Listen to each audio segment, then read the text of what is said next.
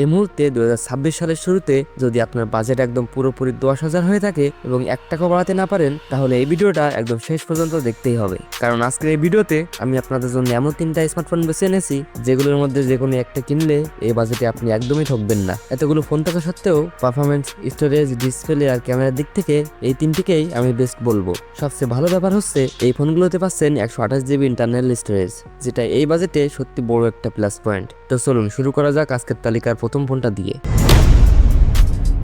যদি আপনি ভালো সফটওয়্যার এক্সপিরিয়েন্স আর ব্র্যান্ড ভালো চান, তাহলে হনার প্লে 10 এই ফোনটা আপনার জন্য। ফোনটার ওজন হালকা, হাতে ধরতেও আরামদায়ক আর 6.74 ইঞ্চির ডিসপ্লেটা কোয়ালিটির দিক থেকে IPS LCD হলেও বেশ ভালো। হনারের সবচেয়ে বড় প্লাস পয়েন্ট হচ্ছে এর ক্লিন সফটওয়্যার। এখানে অপ্রয়োজনীয় অ্যাডস বা বাগ খুব কম পাওয়া যায়, যেটা অনেক চাইনিজ ব্র্যান্ডের ফোনে সমস্যা হয়। চিপসেট হিসেবে থাকছে মিডিয়াটেক হেলিও G810। হালকা gaming, free fire, daily use সবকিছুই ঠিকঠাক চলবে। 4GB র্যাম আর 128GB স্টোরেজ ভ্যারিয়েন্ট বাংলাদেশে অফিসিয়ালি 10 থেকে 11,000 টাকার মধ্যে পাওয়া যায়। এখানে 13 মেগাপিক্সেলের রেয়ার এবং 5 মেগাপিক্সেলের সেলফি ক্যামেরা থাকছে।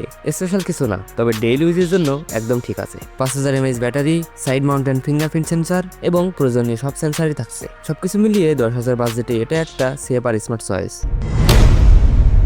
এই ফোনটা পারফরমেন্সের দিক থেকে এই তালিকার সবচেয়ে বড় চমক। এখানে ব্যবহার করা হয়েছে মিডিয়াটেক হেলিও G810 চিপসেট, যেটা সাধারণত 15 থেকে 20,000 টাকার স্মার্টফোনে দেখা যায়। কিন্তু সিম্ফনি এই প্রসেসরটা 10,000 বাজেটের মধ্যে এনে সবাইকে অবাক করে দিয়েছে। এই ফোনটি হলো সিম্ফনি হেলিও 15। এই ফোনটায় আছে 6.75 ইঞ্চির বড় IPS LCD ডিসপ্লেটা বড় হওয়ায় ভিডিও দেখা আর গেম খেলার সময় ভালো এক্সপিরিয়েন্স পাওয়া যায়। সাইড মাউন্টেন ফিঙ্গারপ্রিন্ট সেন্সর আর ফেস আনলক দুটোই রয়েছে। পারফরমেন্সের দিক থেকে এই ফোনটা সত্যিই শক্তিশালী। Free fire, light, PUBG type গেমগুলো খুব ভালোভাবে রান করবে। সফটওয়্যার এক্সপিরিয়েন্সটা খুব প্রিমিয়াম না হলেও এই বাজেটের মধ্যে ঠিকঠাক। ক্যামেরার দিক থেকে এখানে আছে 13 মেগাপিক্সেলের রিয়ার ক্যামেরা আর 8 মেগাপিক্সেলের সেলফি ক্যামেরা।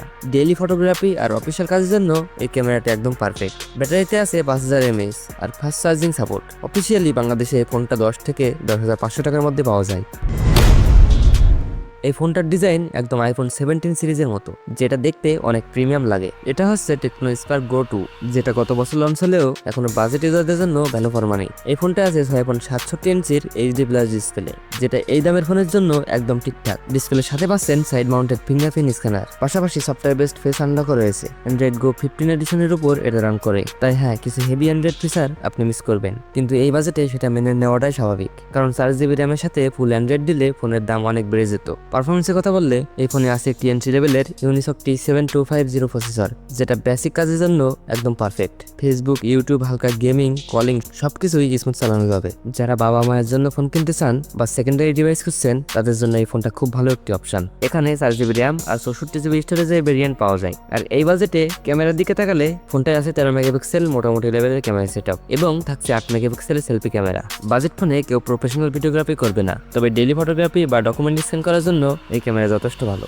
ব্যাটারির কথা বললে এখানে আছে 5000 mAh battery, 15 watt fast charger, যেটা ডেইলি ইউজে আপনাকে হতাশ করবে না। তো এই ছিল 2026 সালের শুরুতে 10,000 টাকা বাজেটের মধ্যে সেরা 3টি স্মার্টফোন। ভিডিওটা যদি আপনার কাজে লেগে থাকে তাহলে অবশ্যই একটা লাইক দিন, চ্যানেলটি সাবস্ক্রাইব করুন আর অবশ্যই কমেন্টে জানাবেন এই 3টের মধ্যে আপনি কোন ফোনটা কিনতে চান।